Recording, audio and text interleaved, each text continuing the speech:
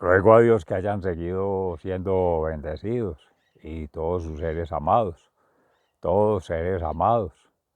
congregados hoy 27 de marzo del año 2023, en gracia de Dios para hacer la meditación de la palabra de Dios que nos regala este día lunes, segundo día de la semana, dado que inició ayer domingo, día que dominó el Señor, con la luz del Evangelio, con la luz de la palabra de Dios que retoma de la antigua alianza, en la ley mosaica, pero que da plenitud en Jesús, que es camino, verdad y vida, y en espíritu y en verdad deja ese legado para establecer la verdad, que es la base de la justicia divina, la santidad, proceso de santificación.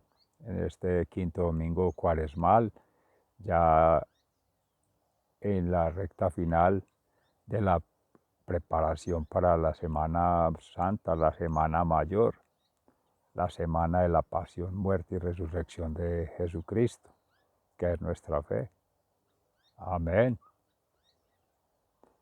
Movidos por esa fe, confianza y esperanza en Dios, reciban un amoroso saludo fraternal de su servidor, amigo y hermano de la Fundación Amaya, para que en votos de pobreza, humildad y obediencia el Espíritu Santo nos conceda la gracia de hacer una correcta lectura, interpretación y, y apropiación en el corazón de la palabra de Dios. En el profeta Daniel, con la historia de la casta Susana, acusada vilmente por dos ancianos, dos de los mayores del pueblo, del reinado de Joaquín, pueblo de Israel, pero que acusándola de haber cometido adulterio y someterla al escarnio público y a la vergüenza, en, en la profundidad de su corazón solo Dios conoce la verdad de los supuestos obras, hechos y acciones que narran ellos, porque no accedieron carnalmente como pretendían a esta inocente criatura que estaba disfrutando de un baño, disfrutando de la naturaleza, disfrutando de la vida, desprevenida de la acechanza del maligno allí en estos seres, y pues que Dios siempre obra en justicia de quien está, como dice el Salmo 30, el Salmo 23, el, aunque camine por cañadas oscuras, nada temeré, porque tú vas conmigo. Y ya en el episodio de la mujer adúltera en el Evangelio de San Juan, con ver allí toda la cátedra magistral de nuestro Señor Jesucristo, cómo enseña por su sentir, su pensar, su actuar, por su ser, su vida, su obra, por sus obras, hechos y acciones, cómo deja caer en la propia trampa a los fariseos que le tienden para buscarle la caída, como se dice, y hacerle ver la contradicción frente al cumplimiento de la ley mosaica que ordena matar apedreada a la mujer adúltera, que se supone la habían encontrado en flagrante adulterio, y todos allí con piedras, y Jesús inclinado en la tierra escribiendo, comunicado con Abba, leyendo todo lo que sucede y leyendo los corazones de todos quienes están allí, y aún de los que no han ido, y los que habrían de estar. Él rastrea todo, y sacando ahí a relucir lo que escribía. Y cuando se reincorpora, sale de ese estado de meditación interior, de oración y conexión con el Padre, para ya afrontar ahí lo que hay en torno. Quien se quiere libre de pecado, que tire la primera piedra, y nadie lo hacía. Empezando por los mayores, los primeros en irse, los ancianos, los más reconocidos, mismos fariseos. y queda solo la mujer, que no traía piedras y que en humildad reconocía su fragilidad, quizás su pecado, si nadie sabe, solo Dios, y nadie es juez de nadie. Seres amados, esa meditación, bueno, Dios mediante, con el Espíritu Santo, que hagamos la lectura y cada ser siendo encomendado también al Espíritu Santo ponga una santa inspiración para que podamos comprenderla. Y en el capítulo 13 del profeta Daniel, que se conoce allí como las adiciones deuterocanónicas, Susana es condenada a muerte. Vivía en Babilonia un hombre que se llamaba Joaquín. Estaba casado con una mujer llamada Susana, hija de Hilquías, que era muy bonita y respetuosa del Señor. Sus padres eran rectos y la habían educado de acuerdo con la ley de Moisés.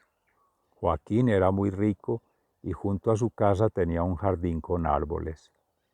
Y como era el hombre más importante de todos, los judíos tenían la costumbre de reunirse en su casa. Aquel año habían sido nombrados jueces dos ancianos del pueblo, pero eran de aquellos de quienes dijo el Señor: la maldad apareció en Babilonia por obra de ancianos y jueces que solo en apariencia guiaban al pueblo. Estos hombres iban con frecuencia a la casa de Joaquín y todos los que tenían algún pleito acudían a ellos. A mediodía, cuando la gente se iba, Susana acostumbraba salir a pasear al jardín de su esposo. Los dos ancianos, que todos los días la veían salir a pasear, se llenaron de pasión por ella y tuvieron pensamientos perversos. No volvieron a tener en cuenta a Dios ni se acordaron de lo que es la rectitud. Ambos estaban llenos de pasión por ella, pero no se manifestaron el uno al otro su tormento, porque les daba vergüenza descubrir sus deseos de tener relaciones con ella. Todos los días buscaban impacientes la ocasión de verla. Una vez se dijeron el uno al otro: vámonos a casa que ya es hora de comer. Y cada uno se fue por su lado, pero ambos regresaron y se encontraron de nuevo en el mismo sitio. Se preguntaron uno a otro por qué lo habían hecho y ambos se confesaron los malos deseos que tenían. Entonces se pusieron de acuerdo para buscar un momento en que pudieran encontrar sola a Susana. En cierta ocasión, mientras esperaban el día oportuno, Susana fue al jardín como de costumbre, acompañada solamente de dos muchachas, y tuvo deseos de bañarse en el jardín porque hacía mucho calor. Fuera de los dos ancianos que estaban escondidos espiándola, nadie más había allí.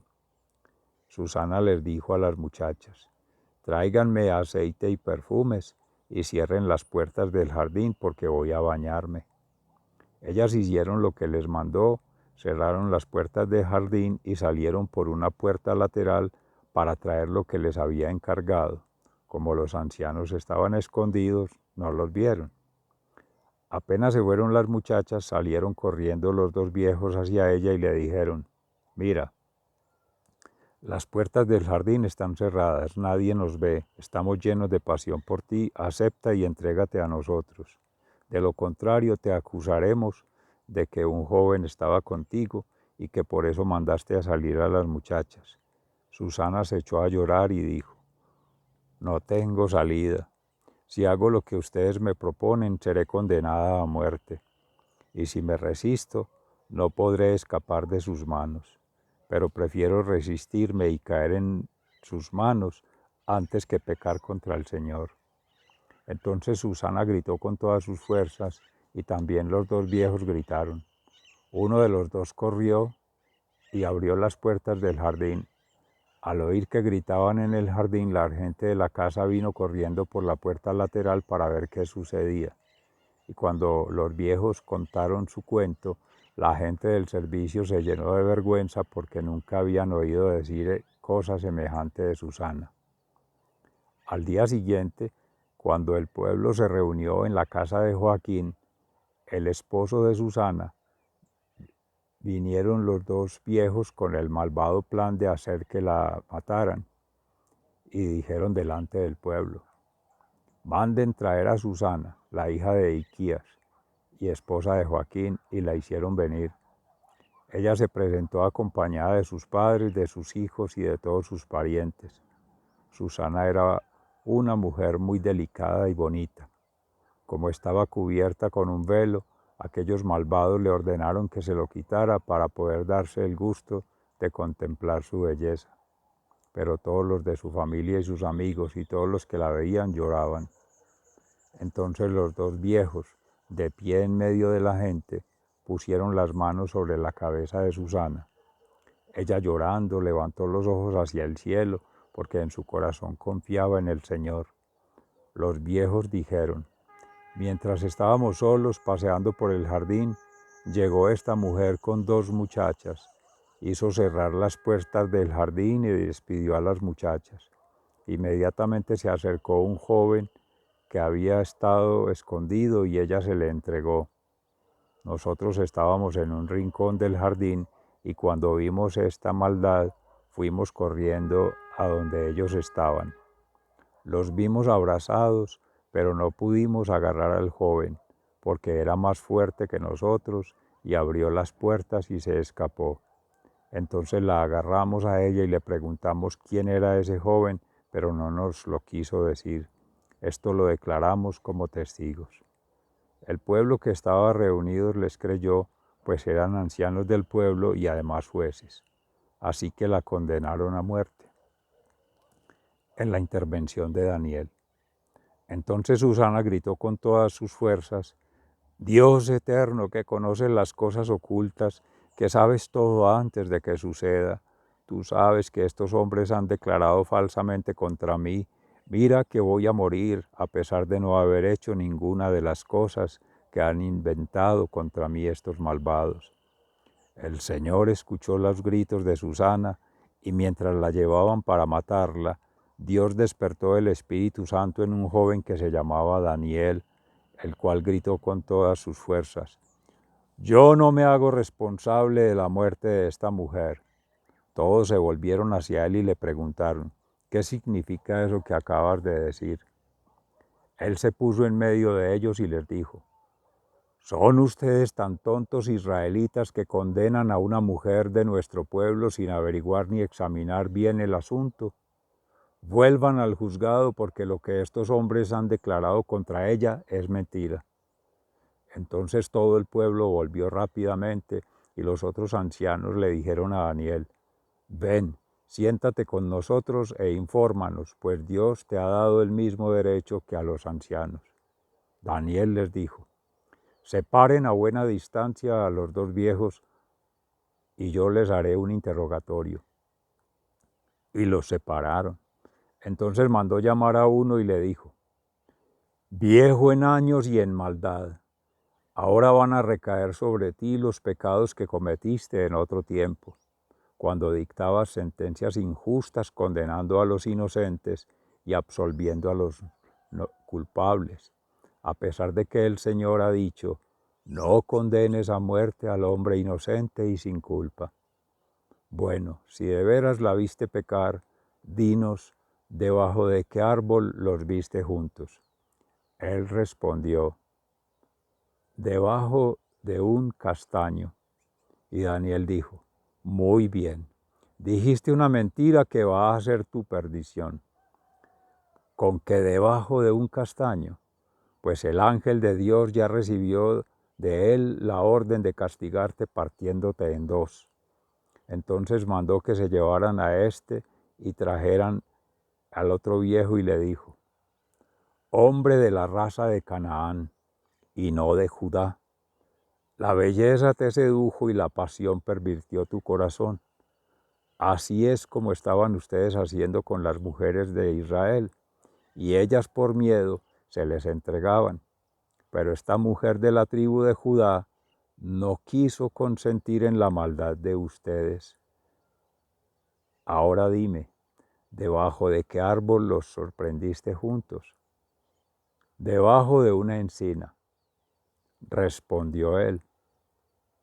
Y Daniel dijo, muy bien, tú también dijiste una mentira que va a ser tu perdición, con que debajo de una encina, pues el ángel de Dios está esperando con la espada lista para dejártela caer encima y rajarte por la mitad. Así va a matarlos a los dos. Entonces todo el pueblo reunido levantó el grito y bendijo a Dios, que salva a los que confían en él. Y como Daniel hizo que los dos viejos mostraran por su propia boca que habían declarado falsamente, todos se volvieron contra ellos y les aplicaron el mismo castigo que ellos en su maldad pensaban aplicar a Susana. De acuerdo con la ley de Moisés los mataron, y así aquel día se salvó la vida de una persona inocente. Hilquías y su mujer dieron gracias a Dios por su hija Susana, y lo mismo hicieron Joaquín, el esposo de ella, y todos sus parientes, porque no se descubrió nada deshonroso en ella, y desde aquel día en adelante Daniel fue muy estimado por el pueblo. Palabra de Dios, te alabamos, Señor. Al Salmo 23 en alabanza, en el Salmo de David, aunque camine por cañadas oscuras, nada temeré, porque tú vas conmigo. El Señor es mi pastor, nada me falta. En verdes praderas me hace descansar, a las aguas tranquilas me conduce, me da nuevas fuerzas y me lleva por caminos rectos, haciendo honor a su nombre. Aunque camine por caminos oscuros, nada temeré, porque tú vas conmigo. Aunque pase por el más oscuro de los valles, no temeré peligro alguno, porque tú, Señor, estás conmigo.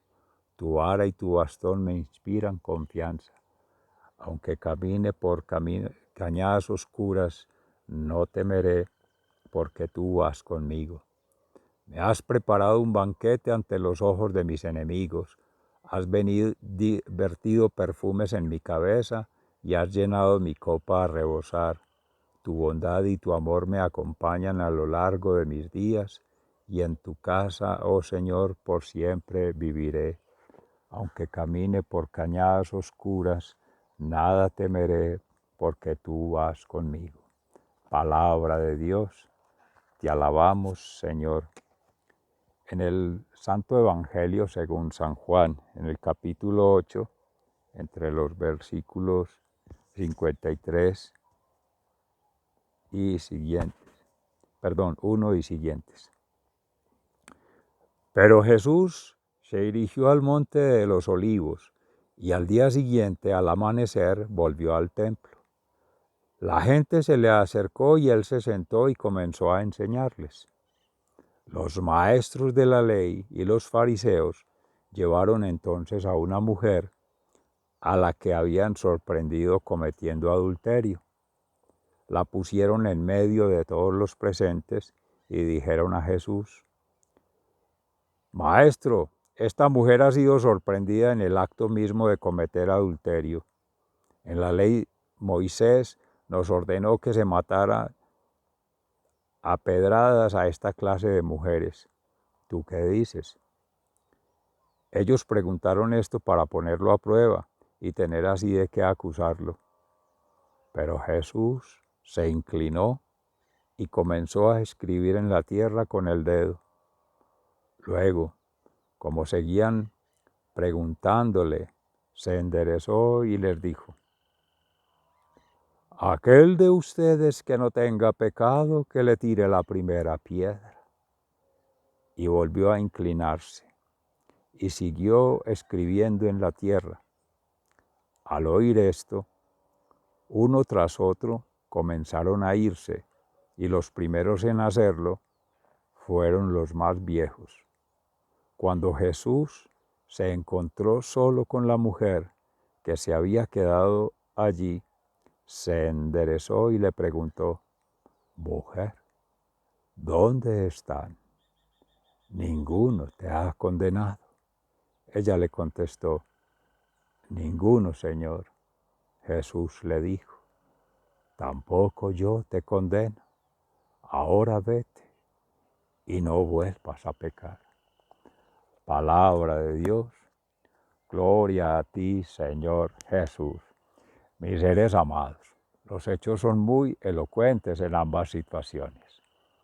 En la narrativa hermosa de Susana, casta y pura, que Dios sale en justicia divina, en su protección, en su rescate y en su reivindicación, en la condición social ante la familia, ante la comunidad, que había quedado indignada por un pueblo machista, sometido a una ley mosaica literal, la ley del talión, ojo por ojo, diente por diente, bajo una supuesta culpa.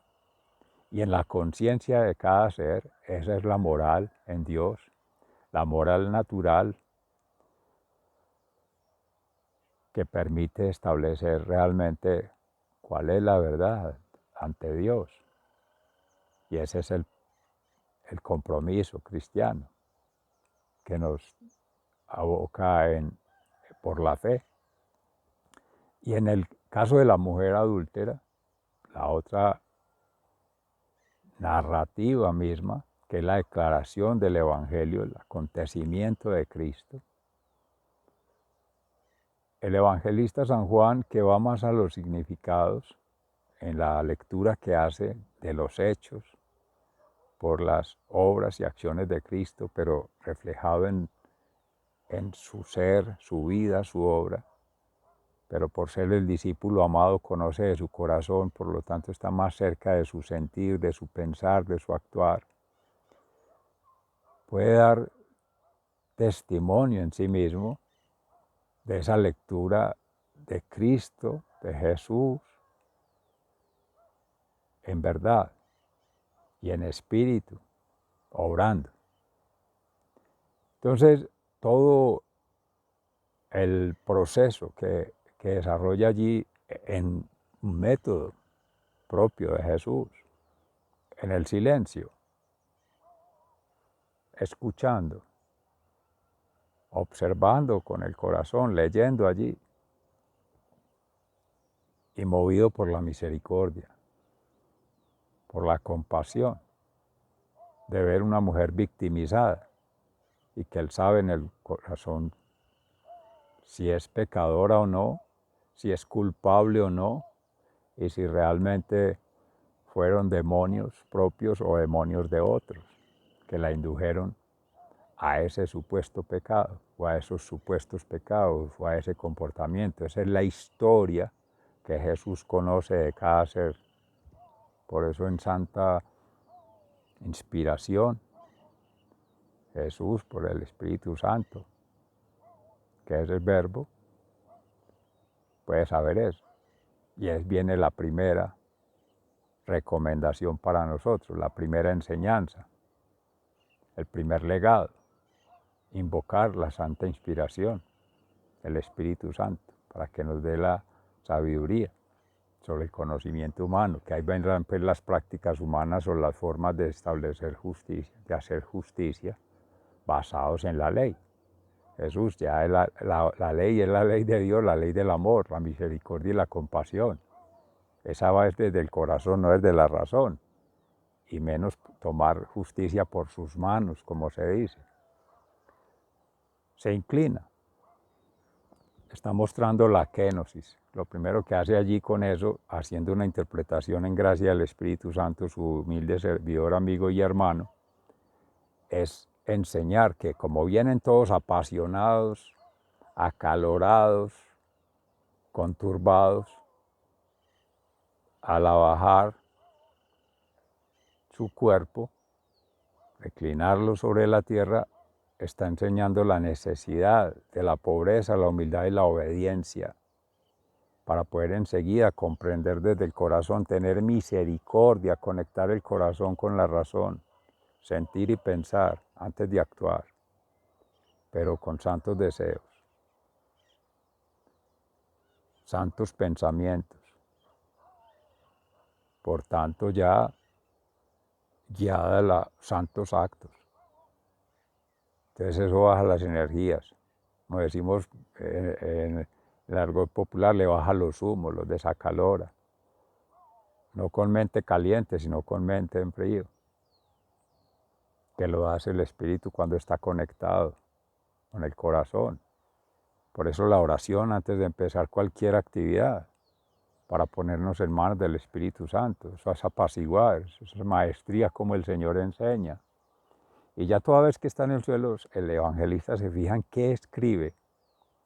Los teóricos, los escrituristas, como se les conoce, dicen que estaba escribiendo las iniciales de los nombres, empezando por los mayores, colocándole ahí sus delitos, entre comillas, sus pecados, sus culpas, sus hechos, malas conductas, malas prácticas, para irle llevando cuentas.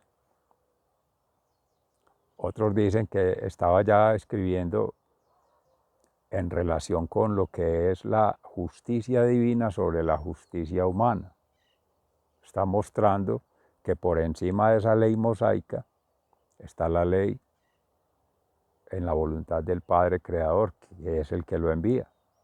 Por alguna diosidencia escuchaba la lectura de hoy, no sé si es casualidad o porque aparecía otro evangelio con nuestro hermano Fabio Giraldo de la diócesis de Sonsón, de la capellán de la arquidiócesis de la Pontificia Bolivariana en Marinilla, que hablaba de que Dios como la luz, en verdad y en justicia, hablaba como testigo del mismo Padre Creador, siendo Él el Hijo unigénito, la verdad en sí mismo, pero que ya los dos validan la prueba como testimonio, como va a ocurrir allí con el caso de los ancianos en la casta de Susana, la historia que se narra allí, que son dos, que harían un testimonio, haría falta un tercero, según eso, para darle credibilidad. No lo hicieron en ese procedimiento, eso es otro método, eso es más del derecho romano, en fin, otras prácticas. Le creen a los dos mayores por supuestamente ser mayores.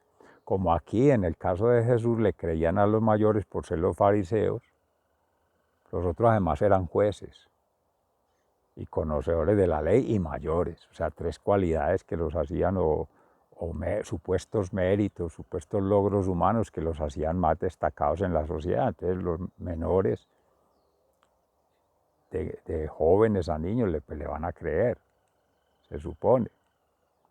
Mire las realidades. Y aquí en el caso de Jesús, bueno, ahora sí,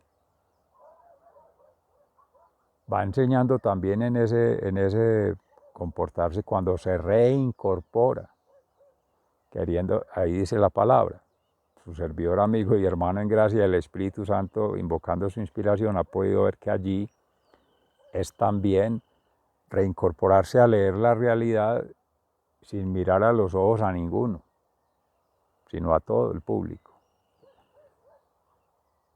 El que esté libre de pecado, que tire la primera piedra. Deja que siempre está en oración permanente con el Padre, en meditación. Por eso su silencio profundo va al corazón. Es desde ahí. Cuando se reincorpora es que ya lee la realidad, lee el entorno, lee a los otros, el comportamiento social y lee lo que está sucediendo ahí con los ojos. Pero lo está leyendo es con el corazón desde antes. Y ahora sí toma esa actitud. Y nadie se atreve. Y en el tercer acto, que es maravilloso, deja aparte a la mujer, supuestamente adúltera, solo Dios lo sabe. Y eso es para quitarnos de una vez la suspicacia. Porque cuando escuchaba uno las narrativas, y yo me confieso, todos tenemos esa maldad en el corazón de pensar quizá morbosamente o curiosamente, chismosamente, si era pecadora o no, y qué tantos pecados eran o no, y con cuántos estuvo. Entonces uno empieza a elucubrar, a preguntar en calma. Es a cada uno aparte, solo en intimidad, porque es una relación íntima de cada ser, de cada alma, de cada criatura con el Creador, con Dios Padre, a través de Jesús, que es el único juez. de vivos y muertos, en el juicio singular a cada uno y en el juicio universal que va a acontecer. Dios mediante nos cojan confesados, como decía un querido colega, pues, compañero de trabajo, que alguna vez le escuché, perdón el impasse allí, para decir que realmente en ese juicio final del universal, ahí es donde se sabe, pero no por las cuentas de los pecados y por cómo se haya comportado y realmente, no, si hubo acto de contrición perfecta, reconocer las culpas, pero reconocer la grandeza de Dios, abajarse en la kenosis, en pobreza, humildad y obediencia. Ahora sí reconocerse culpable desde el principio, todo el proceso. Es que Dios conoce desde antes, desde que sale el corazón, sale la corrupción, decía el mismo Señor.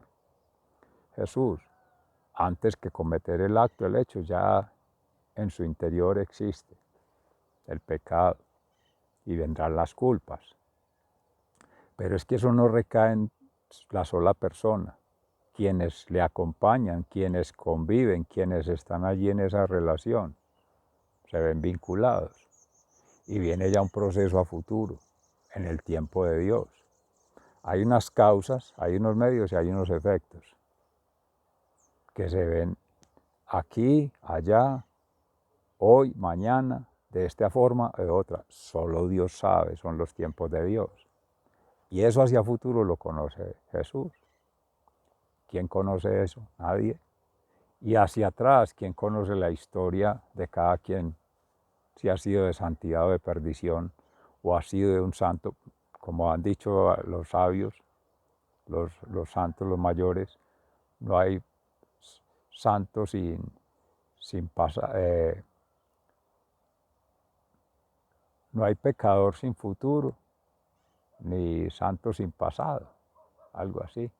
O sea, todo santo ha pasado por la tentación y es una bendición porque permite tomar la decisión correcta en lo que Dios considera correcto, si caer en el pecado o no. Esa es la oportunidad y uno también debe agradecer eso. O sea que en cierta forma, como se medita en la palabra de Dios ayer con el Evangelio de Lázaro, en la resurrección, permite que ocurran las cosas para también que cada quien tengamos la prueba. No es que Dios nos esté probando, es que el que decide el irse en el camino contrario es cada quien. Esa es la libertad en Dios. Pero bueno, esa verdad natural que está en la impronta, en el corazón de cada ser. Pero también está la verdad revelada en Jesús. Basta con tratar de caminar y hacer la conversión con Él o que Él realmente haga la transformación. Y viene otra verdad que es producto del Evangelio mismo en Jesús y todos los evangelios que se van haciendo en todo mártir, que es testigo de la verdad.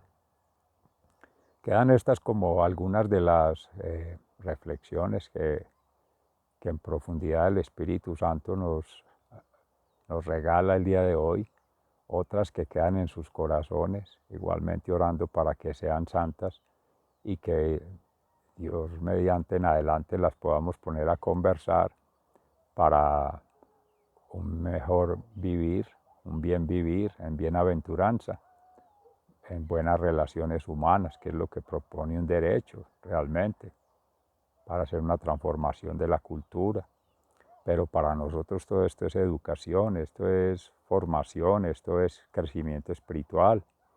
Y a partir de compartir experiencias de vida, testimonios y lecturas santas, que cada quien el Espíritu Santo les ha inspirado, puedan permitir crecer como común unidad en esa diversidad que somos siendo para ser universalmente vinculados ya con la vida eterna desde ya, que Cristo siga reinando en sus corazones, María Santísima y San José. Bendiciones para todos seres amados. De corazón un abrazo, hasta pronto, Dios los bendiga. Tengan un feliz, santo y bendecido lunes, feliz, santa y bendecida semana y feliz, santa y bendecida Semana Santa. pronto, hasta pronto.